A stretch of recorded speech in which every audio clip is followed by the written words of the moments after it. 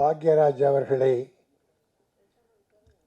அற்புதமாக வாழ்த்தி வரவேற்ற கவிதா அவர்களுக்கு நன்றி சொல்லி, அதெல்லாம் அப்படியே அவருக்கு பொருந்தும்.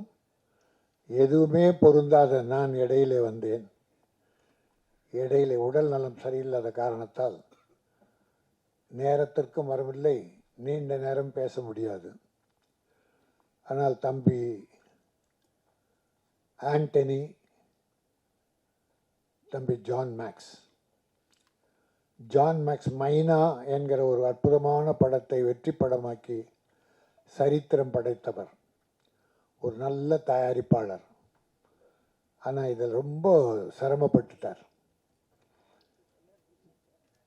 அதுக்கு நம்முடைய தம்பி ஆண்டனி பேர் உதவியாக இருந்து சினிமாவை வாழ வைக்க வேண்டும் என்பதற்காக தான் செய்கிற அந்த தொழிலையும் பார்த்து கொண்டு சினிமாவுக்கும் முதலீடு பண்ணி டப்பிங் தேட்டர், படங்களை ரிலீஸ் பண்ணுறது போன்ற வேகங்கள் புதுசாக வந்திருக்காரு.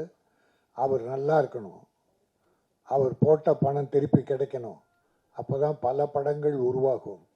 ஆகவே அந்த இருவரும் கூட நடித்த அழகிய தமிழ் மகள் ஆண்ட்ரியா. நான் உள்ளபடியே இதுவரைக்கும் ஆண்ட்ரியா தமிழ் பொண்ணுன்னே நினைக்கல. நான் இப்போ தான் கேட்டேன், அம்மா உங்கள் லேங்குவேஜ் கொஞ்சம் பயந்து தான் கேட்டேன்.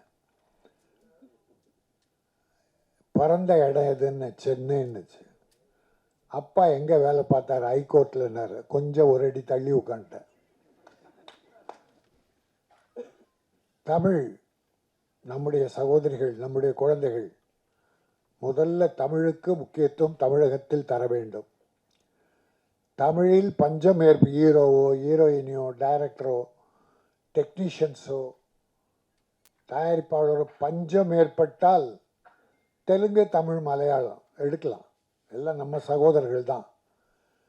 ஆனால் தமிழை விட்டுட்டு அதர் லாங்குவேஜ் ஹீரோயினை தேடுவது.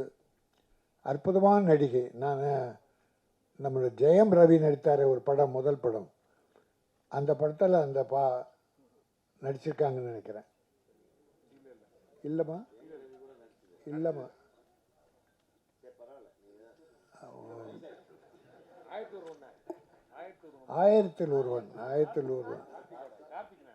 கார்த்திக் ஹீரோ. ஆமாம் இந்த ரெண்டு ஹீரோயினில் ஒரு ஹீரோயினி. மகிழ்ச்சி. நிறைய படம் பண்ணணும். நீங்கள் எல்லாருக்கும் நல்ல ஒத்துழைப்பு தரணும். பணத்தை செகண்டரியாக வச்சுங்க, சம்பாரிச்சிக்கலாம், எப்போ வேணால் சம்பாரிச்சிக்கலாம். ப்ரொடியூசருடைய சிரமம் அறிந்து. ஆனால் ப்ரொடியூசரும் உழைக்கிறவங்களுக்கு யாருக்கும் துரோகம் பண்ணக்கூடாது. இப்போ கூட நேற்று எனக்கு ஒரு ரெக்வஸ்ட் வந்தது.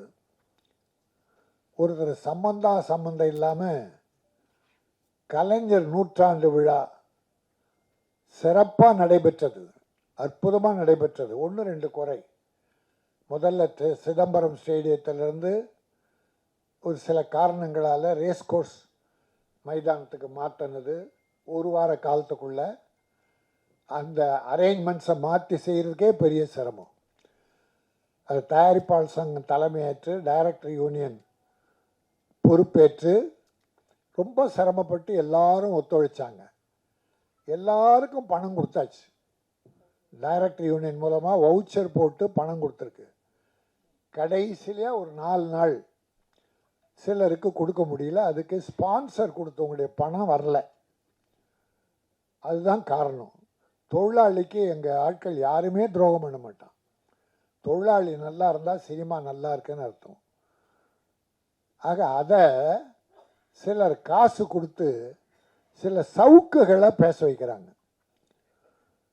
இந்த ஷவுக்குன்னு ஒன்றுமே தெரியாது, ஆனால் எல்லாம் உலகமே தெரிஞ்ச மாதிரி, அவர் தான் புரோக்கர் வேலை பார்த்து பணம் வாங்கி கொடுத்தா மாதிரி. அவர் கண்டபடி இந்த விழாவை டாக்டர் கலைஞர் அவர்களுக்கு தமிழ் திரையுலகம் நன்றி கடன் பட்டிருக்கிறது. அதனாலே இந்த விழா எடுப்பது எங்களுக்கு சிறப்பு. அவர் காலமெல்லாம் நாங்கள் நன்றி சொல்லலாம். மானியம் சிறு முதலீட்டு பட தயாரிப்பாளருக்கு முதல் தந்தவர் அவர். 100 ஏக்கர் நிலத்தை பையனூரில் எல்லா கலைஞர்களுக்கும் திரையுலகம் சின்னத்திரை பெரிய திரை எல்லாருக்கும் ஒதுக்கி தந்தவர், கேட்ட போதெல்லாம் உதவி செய்தவர். அவருக்கு தமிழ் திரையுலக நன்றி கடனோடு ஒரு நல்ல மனசோடு செய்தோம். அன்னைக்கு மழை வேற, பல சிரமங்களுக்கிடையே அற்புதமாக பண்ணால் யாருக்கிட்டே கூலி வாங்கிட்டு ரொம்ப தவறா. அது மட்டும் இல்லைங்க, தமிழகத்து முதல்வர் மு.க. ஸ்டாலின் தளபதி அவர்களை தமிழக மக்கள் தேர்ந்தெடுத்து ஒரு நல்லாட்சி நடக்குது. இப்போ கூட அந்த விழாவில் சிறப்பு என்னன்னா, பூந்தமல்லியில் ஒரு 140 ஏக்கர் 450 கோடி செலவில் ஹைதராபாத் ஃபிலிம் சிட்டி மாதிரி ராமோஜிராவ் ஃபிலிம் சிட்டியை விட பிரமாதமாக பூந்தமல்லியில் உருவாக்கி தரேன்னு அந்த விழாவில் முதல்வர் நமக்கு வாக்குறுதி கொடுத்துருக்காரு. எவ்வளோ பெரிய விஷயம் சினிமாவுக்கு. எங்கெங்கே ஹைதராபாத் ஓடுறோம், பூந்தமல்லினா எவ்வளோ நல்லா இருக்கும் நம்ம சினிமாக்காருக்கு. இதையெல்லாம் பெருமையாக நினச்சா, யாரோ காசு கொடுத்தா வாங்கிட்டு கண்டபடி முதல்வரை சொல்கிறாரு. தமிழக முதல்வரை திறமையே கிடையாது, திறமையற்ற முதல்வர் ராஜினாமா பண்ணிட்டு அவர் பிள்ளைகிட்ட ஒப்படைக்கிட்டோம், இல்லை இன்னொருக்கிட்ட. நீ யார் அதை சொல்ல? உனக்கு என்ன தகுதி இருக்குது சினிமாவை பற்றி பேச என்பதை ஒரு நன்றி கடனா. ஏன்னா டாக்டர் கலைஞர் அவர்களை குறை சொல்ல யாருக்கும் தகுதி கிடையாது. அதனால் இந்த வாய்ப்பை தமிழ் திரையுலகம் சேர்ந்து நடத்துகிற என் தம்பி ஜான் மேக்ஸ் ஆண்டனி, அந்த விழா என்பதாலே இதை நான் ஒரு கருத்தாக சொல்லணும்னு நினச்சேன். அதனால் என் கருத்தை சொல்லிவிட்டேன். இந்த படம் மிகப்பெரிய வெற்றி பெற்று தயாரிப்பாளர் தப்பிக்கணும், இதை முதலீடு பண்ணி விநியோகம் பண்ணுற ஆண்டனி தப்பிக்கணும், இந்த கலைஞர்கள்லாம் நடித்தவர்கள் ஆண்ட்ரியா உள்ளிட்ட அத்தனை பேருக்கும் ஒரு நல்வாழ்வு கிடைக்கணும், முன்னேற்றம் கிடைக்கணும் என வாழ்த்தி விடைபெறுகிறேன். நன்றி, வணக்கம். இப்போ பாக்யராஜ் பேசுவார்.